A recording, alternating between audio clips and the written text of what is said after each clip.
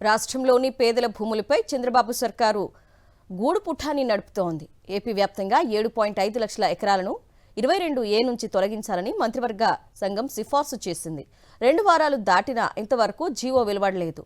ఇదే అనువుగా free hold కాని భూముల్ని కొట్టేసేందుకు సన్నాహాలు చేస్తోంది. తాజాగా మరికొన్ని అసైన్డ్ భూములపై గురిపెట్టారు టీడీపీ నాయకులు. పాత ఫ్రీ హోల్డ్ భూముల జాబితాలో వాటిని కలిపి సొంతం చేసుకునే ప్రయత్నాలు మొదలుపెట్టారు.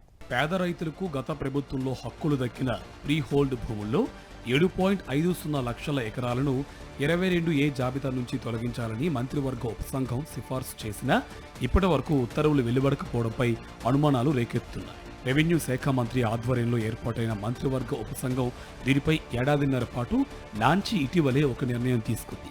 ఫ్రీ హోల్డ్ అయిన మొత్తం 13.59 లక్షల ఎకరాల భూముల్లో 7.50 లక్షల ఎకరాలను 22A జాబితా నుంచి తొలగించాలని ప్రభుత్వానికి సిఫార్సు చేసింది. అయితే 2 వారాలు దాటిపోయినా ఇంతవరకు దీనిపై ప్రభుత్వం అధికారికంగా ఉత్తర్వులు జారీ చేయలేదు. దీని వెనక ఏదో గూడు పుటాని జరుగుతుందనే అనుమానాలు వ్యక్తమవుతున్నాయి.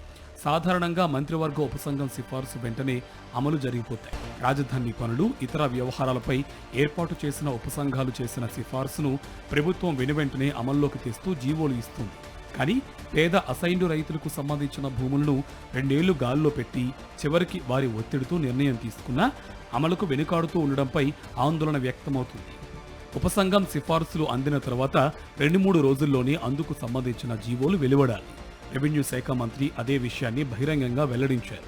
ఉన్నతాధికారులు కూడా వెంటనే జీవో వస్తుందని చెబుతున్నా ఇప్పటి వరకు రాకపోవడంపై అధికార వర్గాల్లోనే అనుమానాలు వ్యక్తమవుతున్నాయి. ఎలాగో సగం ఫ్రీహోల్డ్ భూములపై నిషేధం ఎత్తివేయాలని నిర్ణయించారు గనుక సందుట్లో సడేమియా మాదిరిగా అసైన్డ్ భూములను నొక్కేయడానికి టీడీపీ నేతలు రంగం సిద్ధం చేసినట్టు సమాచారం. ఎన్నికలు రావడంతో గత ప్రభుత్వంలో ఫ్రీహోల్డ్ అవ్వకుండా మిగిలిపోయిన కొన్ని భూములను తాజాగా ఫ్రీహోల్డ్ చేయిస్తున్నట్టు తెలుస్తోంది.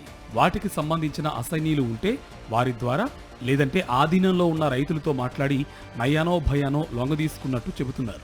తృణమో పణమో ముట్టజెప్పి వారి భూముల్ని స్వాధీనం చేసుకుంటున్నారని సమాచారం.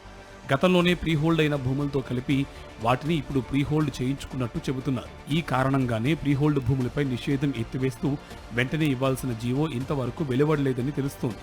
టీడీపీ నేతలు అనుకున్న భూములన్నీ వారి చేతుల్లోకి వచ్చాక జీవో జారీ చేస్తారని చెబుతున్నారు. తద్వారా గత ప్రభుత్వం ప్రీహోల్డ్ చేసిన భూముల్లో కొన్నింటిని ఇప్పుడు 22A జాబితా నుంచి తీసివేశామని పైకి చెప్పుకుంటూ తాజాగా వేలాది ఎకరాలను టీడీపీ నేతలు కొల్లగొడుతున్నట్టు తెలుస్తోంది.